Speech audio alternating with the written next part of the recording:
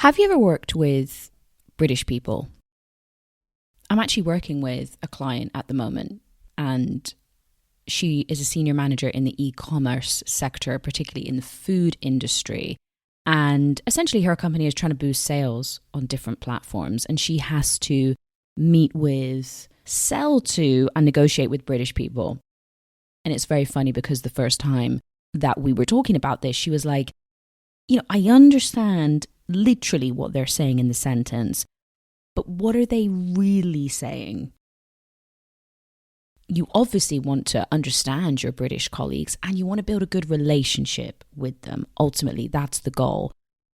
But perhaps you feel a little bit less confident in how you're interpreting what they're saying. Therefore, I'm starting a new series on this season. We're going to have a look at real business conversations with British native speakers. We're going to analyze, digest, and give you some practical takeaways to hopefully help you feel a little bit more confident when you're interacting with British speakers. Let's crack on then, shall we?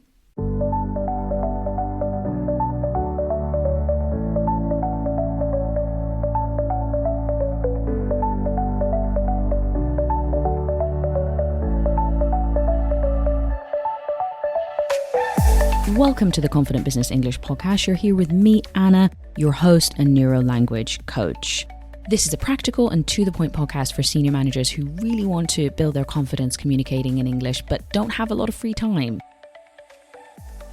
Right then, let me break down how this is going to work and give you a little bit of context. You're going to hear a conversation between me and another British native speaker. They're going to be giving me some feedback about a report that I've written. And we're colleagues, we know each other, we work on a project together.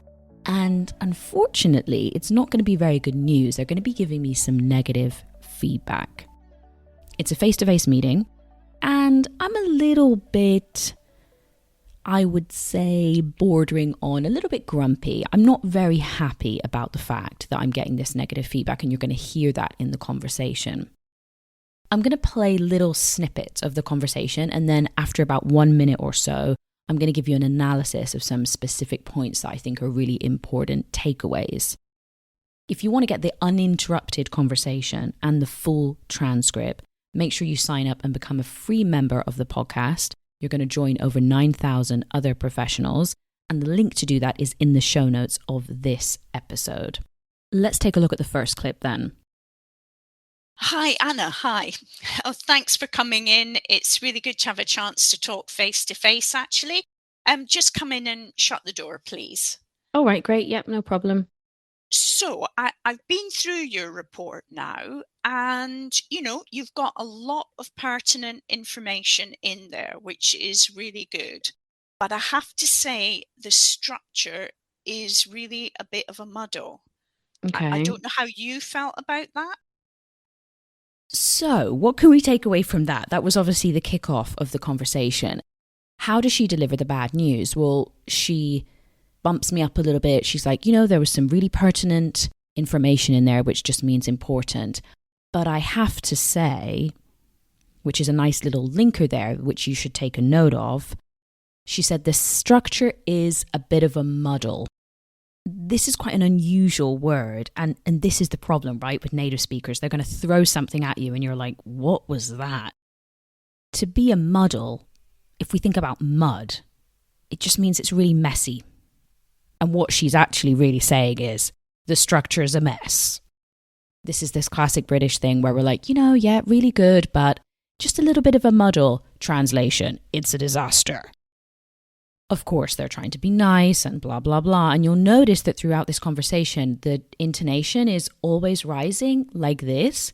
And that's partly a personal thing, but we can also do that when we're giving bad feedback and we might be a little bit nervous about what the other person is doing. We tend to kind of go up a little bit when we're giving bad feedback. The other thing that I want to point out to you is the quantity of phrasal verbs that she uses with through. She said, I've been through your report, which is to review it. You might be familiar with that, I imagine, especially if you're reviewing something which has more than one page, multiple pages, like a report, for example. But you're going to notice it pop up again and again in this conversation. What does that indicate? Well, those should be things that you use because they're very natural. She finishes off by throwing it back to me, and she uses a sentence, but she uses rising intonation. I don't know what you thought about that. So she's not saying, what do you think? She's using a sentence, flipping it so that it sounds like a question. That can sound a little bit less direct. I don't know what you thought about that. I don't know if you had any thoughts on that. Sentence said like a question. Let's move on to the next part. I was quite happy with the structure, actually. I thought that was along the lines of what we had agreed in terms of the layout and the order of the information. So I'm surprised we're not really on the same page with that. Yeah, I don't think we can send it to the customer the way it is. I think it's going to need some reworking. I think you've got to think very clearly about the structure. I want you to give a clear introduction about the task that we were asked to do, and then sort of more description about the work that you actually carried out, how you did it, how you prepared for that.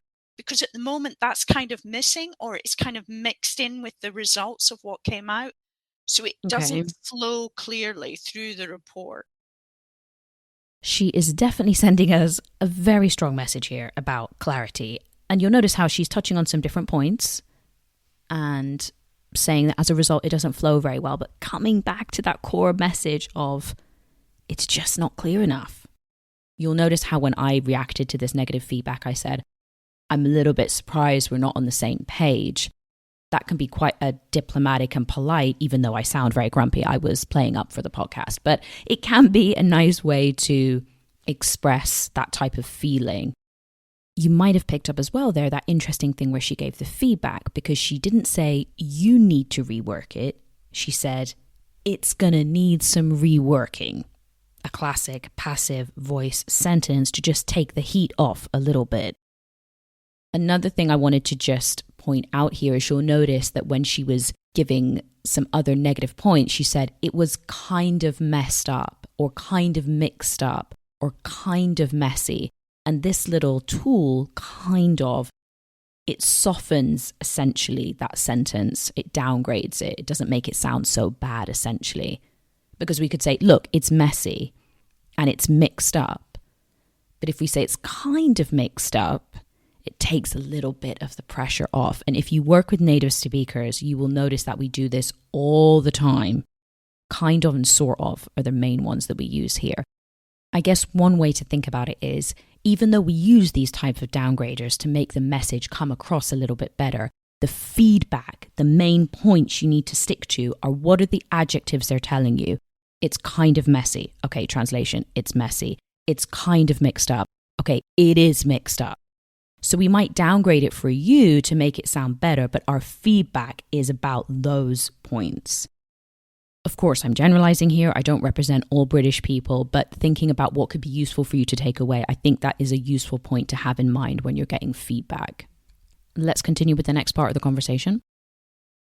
I'm sorry to cut you off, but I mean, that's not really the feedback that I've had from other people in the team. I mean, Mark sort of took a look over it last week and he seemed to think it was fine. So I don't know. Have you spoken to Mark? So I did have a word with Mark. I think he wasn't quite sure how to, he felt that you weren't really listening to what he said. So, and I think as well, he'd also had a fairly brief look through. So I spent longer going through the report. I've made some notes, and I don't want you to feel too bad about the number of comments I've made, because obviously the process here that we want to go through is to get the report in the best state that we can before we send it to the customer. So, there's a lot of good work in there, but I think it's the structure that really needs some more. It just needs to be clearer. Now, this is awkward, right? Because there was a sentence where she said, I did have a word with Mark, and to have a word with somebody is a really nice, natural way to say to speak to somebody, to have a conversation about something. I did have a word with Mark, but he felt that you weren't really listening to what he said. Translation, didn't listen to anything whatsoever, and it was a difficult conversation. It comes across as if we're taking a lot of care to make sure that this person doesn't feel offended. but essentially we could sum it up in 2 sentences. The structure wasn't good enough, the report's not clear, it has to be done again. Let's have a look at the final part of this conversation and wrap up. I'm not really sure what you want me to do with that, because I thought I was following the steps that you'd outlined for me. So, I mean, okay, I'll have a look at the comments, and I guess just give me some time to have a look through the comments. And Please do. And then let's come back and discuss it. If anything's not clear, I'm happy to, talk it through with you. Yeah, okay. I mean, it would just be helpful. Well, I guess the first thing is just to have a look at the comments, and then I'll get back to you. But I did think that I was following the structure of what we'd agreed. And also, as I said, Mark took a look at it and he said everything was fine. So it's a little bit of a surprise to me to hear this. But of course, I'm happy to look through your comments and let's just take it from there. Okay, that would be great. Thanks very much. Okay, you're welcome. All right, so we wrapped up there with finishing the conversation. So it ended on a really positive note. And you'll notice there were a couple of sentences with, I'm happy to look through the comments. I'm happy to get your feedback. That's a very common and natural sentence that we use. And the other thing I want to point out and highlight here is that sentence at the end where I said, I'll take a look at the comments and let's take it from there. I just love that one. And I don't think people use this one enough, to be honest. So that's a really nice phrase that you could definitely use in your vocabulary. To wrap up then, I think that's a really good typical example of how a British person might give feedback. I repeat again, it doesn't represent all British people. Some people are very direct, some people are indirect. That happens everywhere. But I think it can be a helpful example. How can you make this practical? You could try and write down some of the sentences without the transcription and then check. That's going to really train your listening. You could take a note of one of the phrases that we used here and use it in the next conversation that you have. Or you could add the phrases into your Anki app and you could start a deck with some of the phrases that have come up today, and you could review them and consolidate them from the perspective of using them, actually saying the words, or maybe you just want to remember what they mean. Both are valid and valuable depending on what it is that you want to learn them for. Then, of course, if you want to get the full transcript of the episode and the uninterrupted conversation without me jumping in, sign up and become a free member of the podcast today. Even if you sign up after the release date, you're still going to have access to it. You can just access through the vault. I'm also going to, in my weekly newsletter this week, which you also get if you're a free member, I'm going to do a bit of an advanced vocabulary breakdown. So I'm going to take out some of those important phrases from the episode and give you a little bit more information on that as well. I really hope you enjoyed that episode, and please do give me some feedback on it. Was it useful? How could I make it more useful for you in the future? Thanks, as always, for squeezing me into your very busy day, and I will see you again next week. Bye-bye.